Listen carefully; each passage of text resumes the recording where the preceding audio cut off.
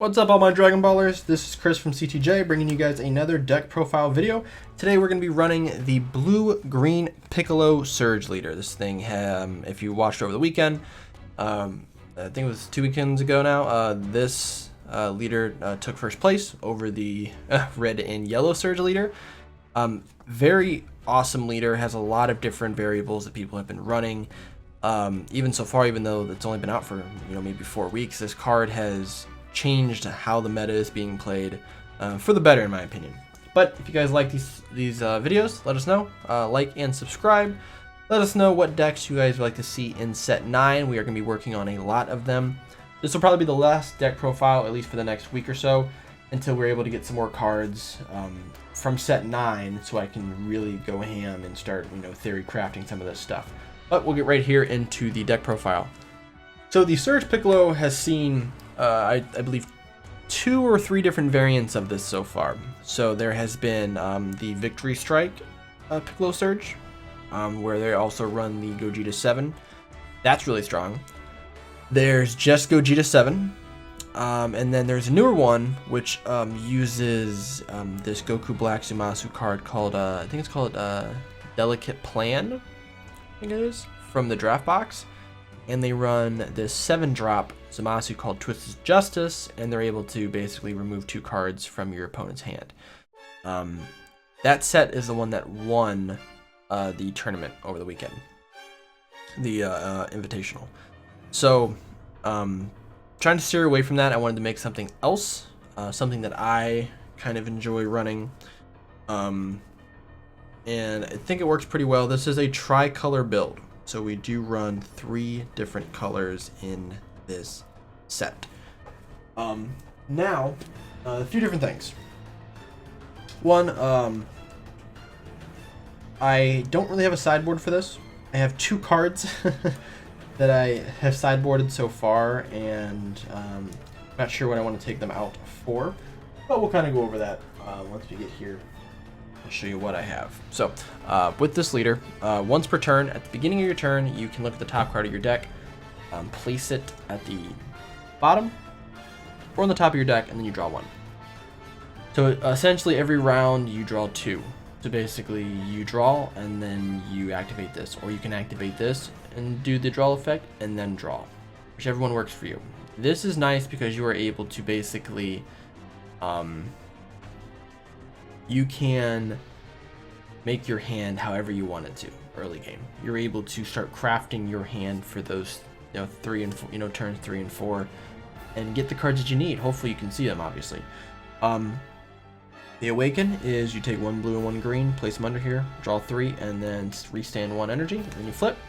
And then you have the Son Goku, Son Gohan, and Piccolo leader, the true father and son combination. This also has an active main and battle effect similar to the other Surge Leader. Actually, all the Surge Leaders are going to have this. This one has to be at 3 life or less, which is different from Goku, who is at 5 life or less. So this is just something to keep in mind. And you take one of the cards, send it to the drop, and then you can either choose 2 cards. Your opponent chooses 2 cards in their hand and sends them to the warp. Or you choose 1 blue or green multicolor in your drop area, negate its energy exhaust, and then place it in your energy in active mode. This is very nice. I have tried to place multicolor cards under here. So basically when I activate this, instead of just sending it to the drop, I just automatically just place it down. So that way I know I have a multicolor card. That way works really, really well. And I've seen it happen a few times. That generally happens when you're trying to ramp up 1 turn. And ramping something that you're able to do in this deck super well. You'll see by some of the cards that I run. But yeah, this has probably been my this is turning into my favorite leader that has been released in Dragon Ball since I've been playing. It's pretty nasty. I think it's gonna be good for a really long time. So I'm gonna start with the 2 cards that I don't have in my deck, and it's Android 16. I'm waiting until I get 2 more, which is kind of why I'm not running it in here. But this is just my recommendation: is if you have this card, you should run this card in blue and green decks. Just run it, especially in the Surge deck. This card is fantastic to run. I just don't have the room. We have 3 Android 17s, and we have 3 Beerus Fickle Gods. I'm gonna cut this down to 2. Oops.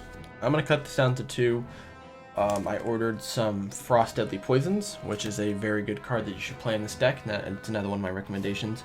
I'm gonna end up taking out probably one of these, or probably 2, and then just running the 2 Frost Deadly Poisons and running one of these. This card's good, but I just run it right now just because of having the extra cards in here. Having the extra multicolor cards is just nice just to have. I do think 6 is too much, but it works out for me right now. It's not too bad. I'm definitely thinking about running. We're gonna end up running the Frost Deadly Poison and taking some of these out. That is for sure. I said we're running multicolor, tricolor I should say. So I'm running some early stuff, and I run 3 Kabbas and 3 of the newfound power Son Gohans. This is Arrival Fodder, and when you play it, you just draw a card. So it just kind of gives me. I'm just replacing this in my hand, and then this is a little bit of a Self-Awakener. You get 10k in crit. It's a pretty good card. These are basically just here for Arrival Fodder. If you guys watched my Surge Goku video, I did not use any draft box cards. Kind of the same thing here. I'm trying not to use any draft box stuff. I know what people run is, Raider's Warcry, or the Saiyan Instinct card where you can basically combo with it, and then you can tap 2 mana, draw 2 cards. I'm not running any of that stuff in here. I just want to give people some other variants of what these decks could look like. Some more Arrival Fodder. We run 2 Infernal Emperor Frieza. It's another Self-Awakener. When you play this card, you take 1 life. It's a 10k. It's a 1-drop. It's pretty good card. I run this, which is a little bit of a heavier card. I run the Agent of Destruction Bojack. Bojack's one of my favorite villains, so I try to fit a Bojack card in here. When you play this, you get to choose one of your opponent's battle cards, ignoring barrier, and switch to the rest mode.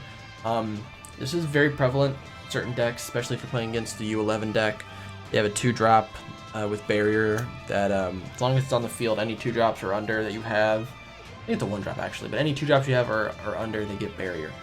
I think it's barrier or blocker, but just trying to get rid of that card is very, very nice. And then also, when this card, you can swing with this card, and when this card's in rest mode, you can activate its main effect, which says if this card's in rest mode, choose your opponent's leader, switch to rest mode, and it cannot be switched back to active mode until the end of your opponent's next turn. So they cannot attack, basically, or use their abilities for that next turn, or use their auto effect, whatever, which is nice if you're playing against a Surge leader, because then they can't really draw or do any of the other kind of stuff. So, but these are all going to be our Arrival Fodder for, I would say, the big boy of the deck. One of the big boys of the deck. Going to be Super Saiyan Broly, All Out Assault. This card is awesome. Yeah, this card's great. Arrival out for 1 green, 1 yellow, and then the same for the energy. And then you play this card, you get to choose 1 effect. Or when you play this card, or when this card is switched to active mode by a skill during your turn, which is something to keep in mind if you have any cards that you play to restand a card. The Gradient Whisperer is a card you can use with this. I'm not saying you should, but it's something you can do. You just can't. Yeah, you can do it in multiple. You can do it in multiple turns. So that's you can do multiple of these in 1 turn. It doesn't say once per turn. I just realized that. Wow. You can choose a battle card from your opponent's side with an energy cost greater or equal to their opponent's current energy, and KO it. So if they're arrivaling, or if they're ramping, or whatever, if you're playing against Baby, they have a 6-drop on turn 2, you can just KO it. And then you can draw a card and then choose one of your opponent's cards and switch it to rest mode. So this is nice. You can switch energy, you can switch a leader, you can switch battle cards, field cards, basically just any card, any opponent's card. That's why this card's so good. This card, I think a playset's like $30-$40, which is insane. I got both of these from the, got these 2 and these 2 each from the Magnificent Collection boxes. So if you're gonna buy them outright, I would just buy the collection boxes because you get a lot more extra cards, and you can just pick up 2 of these, and possibly get a holo of 1 too. I wasn't that lucky. We have some super combos. Run 2 green Namekians and 2 of the North Kais, just to give me a little bit of variance. You'll see it in most of my deck profiles that are multicolor. I like to run 2 of each of the super combos just to keep my my color coordination balanced. We run 3 Champa the Tricksters and 4 Fujita the Cruels. This deck, you don't really want to swing a lot early. I found that out. You want to kind of build your hand up and get everything you need before you start really swinging at their life. They're going to be aggressive against you. So running more negates outside of your extra cards is going to be fantastic in this deck. This, you put a card in rest mode and draw.